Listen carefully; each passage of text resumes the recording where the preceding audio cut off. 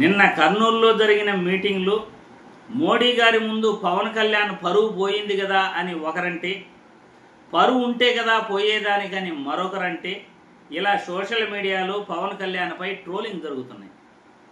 నిన్న జరిగిన మీటింగ్లో మోడీ గారి ముందు ఒక సంఘటన అయితే జరిగింది. ఆ సంఘటన పవన్ కళ్యాణ్కి పరువు పోయేలా ఉంది అని సోషల్ మీడియాలో ట్రోలింగ్స్ ఎక్కువగా చేస్తున్నారు. ఇంతకీ ఆ సంఘటన ఏంటనేది మీ అందరికీ చూపిస్తాను. తర్వాత మనం దీనిపైన విశ్లేషించుకుందాం.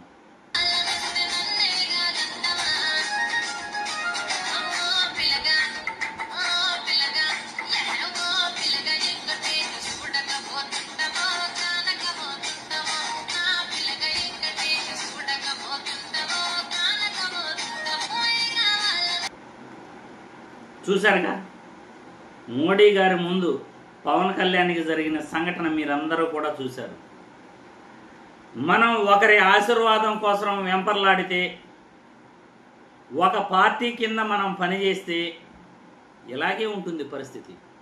ఇండివిజువాలిటీ లేకుండా, మనకంటూ కొన్ని స్వతంత్ర భావాలు లేకుండా మనం వేరే వాళ్ళ కోసం ఎగబడితే, వేరే వాళ్ళ దయాదాక్షిణ్యాల కోసం ఎగబడితే ఇలాగే ఉంటుంది పరిస్థితి.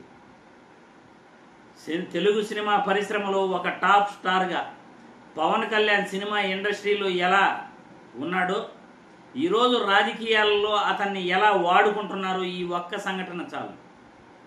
పవన్ కళ్యాణ్ అభిమానులు కూడా ఇది రుచించే విషయం కానే కాదు.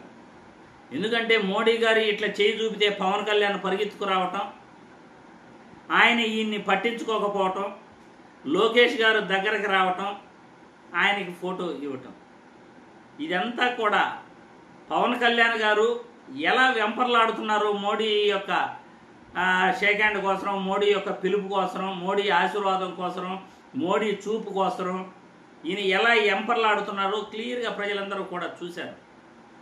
ఇలాంటివి రాజకీయాలలో ఇండివిజువాలిటీ లేకపోవటం, మనకంటూ ఒక స్వతంత్ర భావం లేకపోవటం అని అంటారు.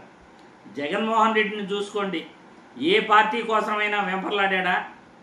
ఏ రోజైనా 2012లో ఆయన రాజకీయ పార్టీ పెట్టి ఏ రాజకీయ పార్టీతో పొత్తు పెట్టుకోలేదు, ఏ నాయకుడి కోసం ఆయన వెంపర్లాడింది లేదు.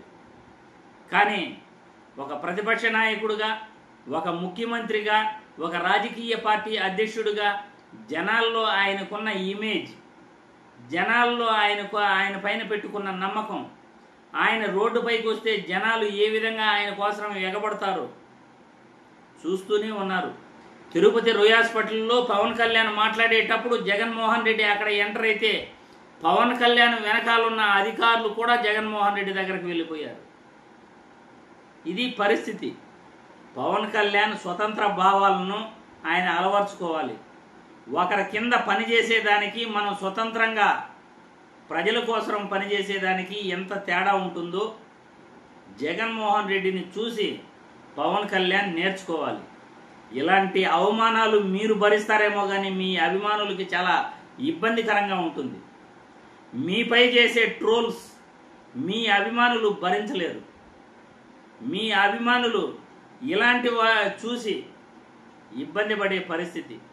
భవిష్యత్తులో తెలుగుదేశం పార్టీ నాయకులు కూడా మీ పైన, ఈ వీడియో పైన ఎన్నో ట్రోల్ చేస్తారు.